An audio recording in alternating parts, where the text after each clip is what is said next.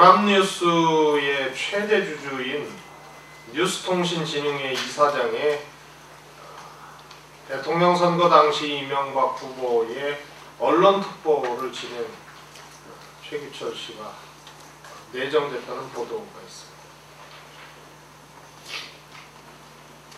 이 진흥회는 주식의 30%가 넘는 주식을 소유하고 있고 사장 추천권, 예결산, 승인 및 경영감독권까지 가지고 있다고 합니다. 경제 위기에 대한 국민들의 불안은 끝없이 깊어만 가는데 이명박 대통령의 언론 장악 기도도 끝이 어딘지 보이질 않고 있습니다. 이로써 대한민국 언론과 방송은 이명박 대통령 언론특보 천지가 되어버렸습니다. 사방이 언론특보입니다. 충고를 해도 듣지 않고 말려도 듣지 않는 대통령의 아집, 이 정권의 고집을 누가 꺾겠습니까? 하지만 국민들이 보고 있고 역사가 진행되고 있다는 엄연한 사실을 기억하시기 바랍니다. 법무부가 국가인권위원회에서 촛불집회 진압 과정에서 과잉 진압이 있었다는 결론에 대해서 동의할 수 없다는 입장을 밝히고 인권위 결론을 반박했다는 보도가 있습니다. 이것이 사실이라면 국가인권위를 뭐하러 둡니까? 이것은 정파를 초월해서 활동을 하는 국가기구입니다. 그리고 인권위의 권고를 우리 사회가 여과 없이 받아들일 때 인권 선진국으로서의 위상을 높일 수 있는 것입니다. 이러다가 법무부가 국가인권위원회를 불법 시위를 옹호한 혐의로 불법단체로 규정하지 않을까 걱정이 들 정도입니다. 놀라운 반응에 아연실색하지 않을 수 없습니다. 또 기가 막힌 일이 하나 발생했습니다. 검찰이 5.18 당시 광주 시민들이 만든 광주시민군 걸기문과 5월의 노래 등이 담긴 책자에 대해서 국가보안법상 이족 표물에 해당된다는 판단을 내렸다고 합니다.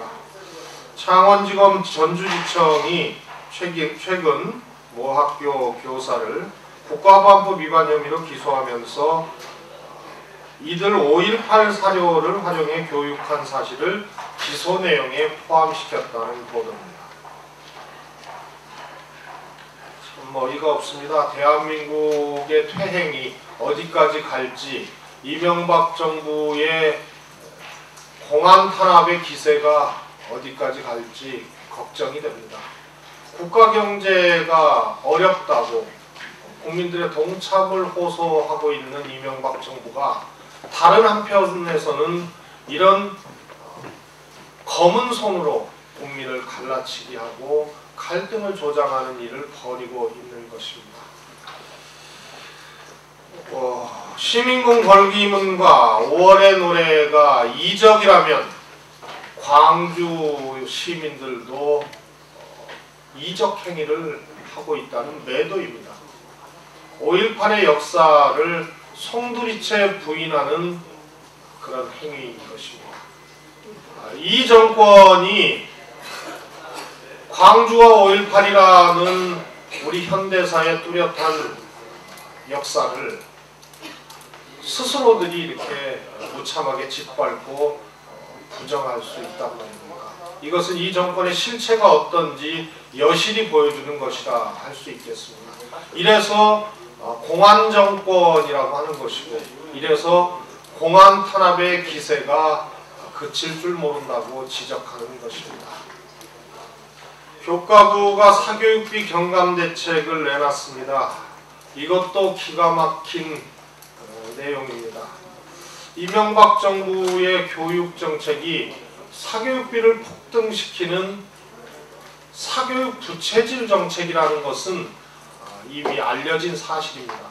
그런데 사교육비 경감 대책이라고 내놓은 내용들을 보면 이건 사교육비 경감 대책이 아니고 사교육비를 부채질하는 내용을 경감 대책으로 귀신같이 둔갑시킨 것입니다. 이거는 정부의 양심으로 이렇게 할 수 없는 것입니다. 일제고사 실시, 자율형 사립고 등의 확대, 학교정보 공시제도 도입, 이것이 바로 사교육비를 부채질하는 아주 핵심적인 요인들인데 이걸 경감대책의 내용으로 발표하는 것입니다. 정말 어이가 없습니다. 이명박 정부의 역주행은 이미 말릴 수 없는 지경이지만 사교육비를 부채질하는 정책을 경감대책으로 둔갑시키는 비양심 앞에 말을 잃었습니다. 국민을 속이는 행위인 것입니다.